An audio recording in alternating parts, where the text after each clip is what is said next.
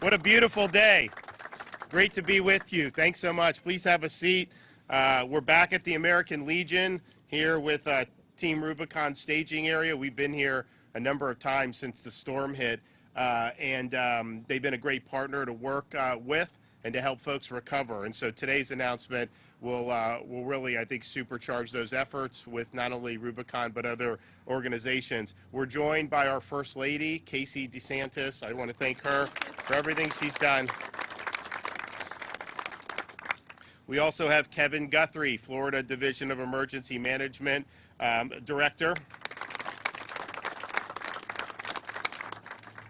We have Dr. Jerry Hage and his wife Christy. He's the president and CEO of One More Child. We also have Wendy Ford, president and CEO of the Council on Aging for Osceola County. And then we have David Coggins, director of the Southern Baptist Disaster Relief. We have the House Majority Leader of the Florida House, Michael Grant. We have Senator John Martin, Representative James Buchanan, and then, of course, as you see, a lot of volunteers from Team Rubicon. There's been a lot of effort that's gone into the recovery, and Kevin Guthrie will probably talk a little bit more about that. But more recently, what we've done is launch a first-of-its-kind state-led housing initiative to provide travel trailers and recreational vehicles to impacted Floridians who may not be eligible for FEMA's direct housing program. Not only do we think that that would be filling a need, but we also think we can do it quicker and more efficiently than FEMA. And so we've worked really hard to do that. We launched the Unite Florida portal, one-stop shop where impacted Floridians can apply for the state housing program, as well as report other unmet needs, including transportation and food assistance. In the 2 weeks since we launched the portal, more than 2,000 people have applied, including 1,500 housing applicants. Unfortunately, we got word last week from that FEMA had denied our request for funding our state-led housing initiative, citing their, quote, limited authority. But we're not just going to sit there and take no for an answer, and so we're going to figure out what we can do. So that's what we're doing today. We want to cut through bureaucracy. We want to bring relief to impacted Floridians, regardless of whether FEMA wants to be a part of that. So today I'm announcing Florida will be providing up to $25 million through state funds to purchase building materials and provide those materials to verified nonprofit organizations to restore damaged homes to livable conditions so that Floridians can move back into their own homes.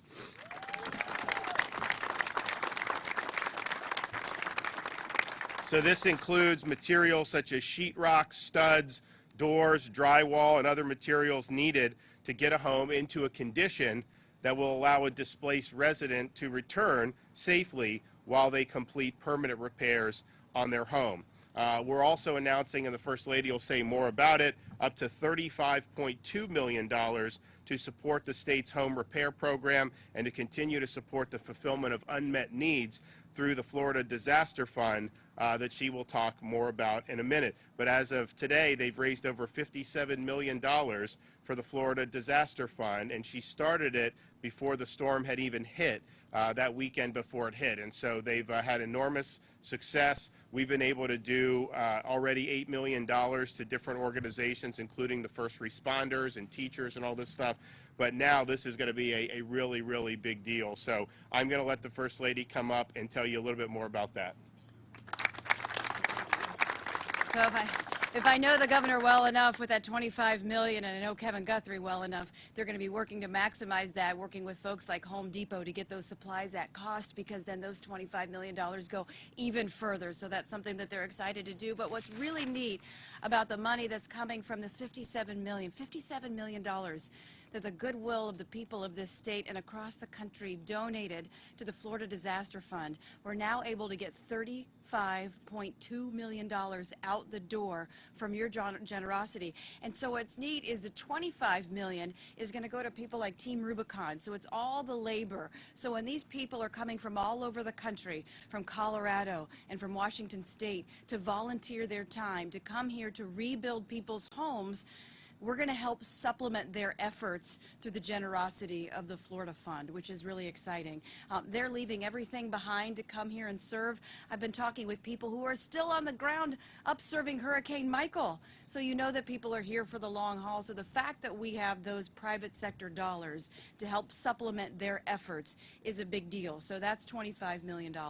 And then the 10.2 on top of it is really neat, because what our team has created through the governor's leadership and with Kevin Guthrie is an unmet needs portal. And this is where you really break through the bureaucracy and you maximize the dollars that are coming in. So you have federal dollars, you have state dollars, you have local dollars, but if you find people who have needs, let's say it's clothing or food, we want to support those organizations to make sure that people have what they need to get back on their feet now, not 5 weeks from now or 2 years from now, now. And so the $10 million that we're doing to different nonprofits across the state who have been vetted, who are here servicing those folks. So this is really where government meets the private sector, their generosity and the goodwill of the people from across the state and the country, and then also the nonprofits and how we can maximize resources. So it's not a government go at it alone, but it's really everybody uniting for the benefit of everybody here who were affected by the hurricane. And so we're very excited. Again, $57 million, but we're not stopping. I know there's a lot more money that can be raised, so we're going to be doing that. I think we're going to have some pretty exciting announcements coming up. But the $35.2 million, again, I just have to say thank you on behalf of the governor and myself, the entire team here, all of the nonprofits who have been here from the very beginning. David, I've seen you from right after the hurricane hit. You were out serving meals to folks, and I think it just speaks volumes to the people and the goodwill and the charity and just the graciousness and kindness of everyone coming together, and to be able to use these funds to help support their efforts, I think means the world to us. So I appreciate that. And with Kevin Guthrie, who's really been spearheading a lot of this, I think he has more to say about how we can keep maximizing those dollars.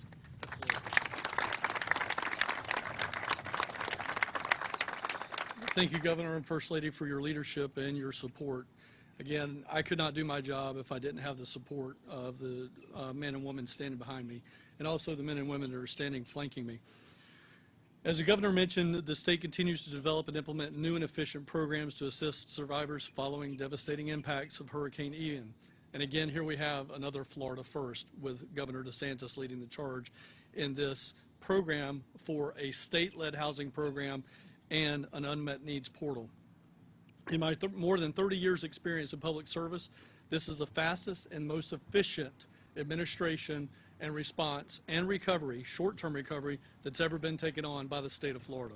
A couple of weeks ago, the state launched a temporary sheltering program the First Lady just talked about to provide households with travel trailers and recreational vehicles for up to 6 months. And again, that's very, very important. This is a temporary sheltering program for up to 6 months while people repair their homes.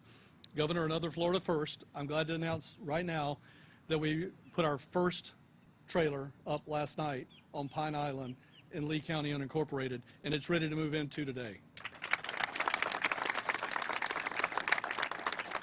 Just as soon as Lee County gives us that permit, we'll move that family into that situation and make it a better situation for them in the 6 months to come. In addition to that sheltering program, the state is purchasing building materials that you heard the First Lady talk about. This will allow verified volunteer organizations like Team Rubicon and Southern Baptist Disaster Relief to actually do the repairs. This is a match program. Obviously, you heard the First Lady say that there's $25 million to help these organizations go and take the $25 million worth of materials and get those installed into people's homes. Volunteers will be able to help the impacted residents with what we call muck and gut. That is, they'll go in there and clean out the dirt. They'll clean out the sludge, if you will, where the flooding occurred. They'll gut out that sheetrock. They'll take it out, take it to the street, and then they'll come back in and do the temporary repairs that the homeowner needs. We want to make sure that we're prioritizing the most vulnerable populations in the recovery, as they may not be able to conduct the cleanup themselves. We're going to first look at people that are in a shelter right now that qualify for this program and get them out of the shelter, for instance, the Deltura shelter, back into their home. Then we're going to look at veterans, persons with disabilities, persons that have special needs, get them prioritized next. And then we're going to work on everyone that we possibly can and service them through this portal. impacted residents. So you may say, okay, that's all really great and good information, Kevin. How can we sign up? Glad you asked. Impacted residents can apply for the state's temporary housing and sheltering program for temporary permanent repairs and other unmet needs that the First Lady spoke of at ianrecovery.fl.gov. Again, that's ianrecovery.fl.gov. And we have a call center that can help out as well. That 1-800 number is 1-800-892-0948. That's 1-800-892-0948. It's day number 70 for me down here in the Southwest Florida area. And as the governor is here with me as well, we remain committed, and we will be here with you until the very end. Thank you so much. I just want to say, really, on behalf of our entire family, the state of Florida, thank you for the generosity. I mean, honestly, it has been really something to come back here. I know the governor has a second residence here. He's back here every day, and it's been a little while since I've been back, but driving through, you can already see the structures being rebuilt. You can see life getting back to normal. I know there's a lot of work to be done, and there will be a lot of work to be done going forward, but for me to see the resilience of this community and to see the hope and to see all of the goodwill of the people from across the country and the state coming together to help good folks in need is just really really special, especially on the upcoming holidays. And so God bless you, and thank you for everything that you guys have done to support. And thank you, Charlotte County, for the election. Thank you so much.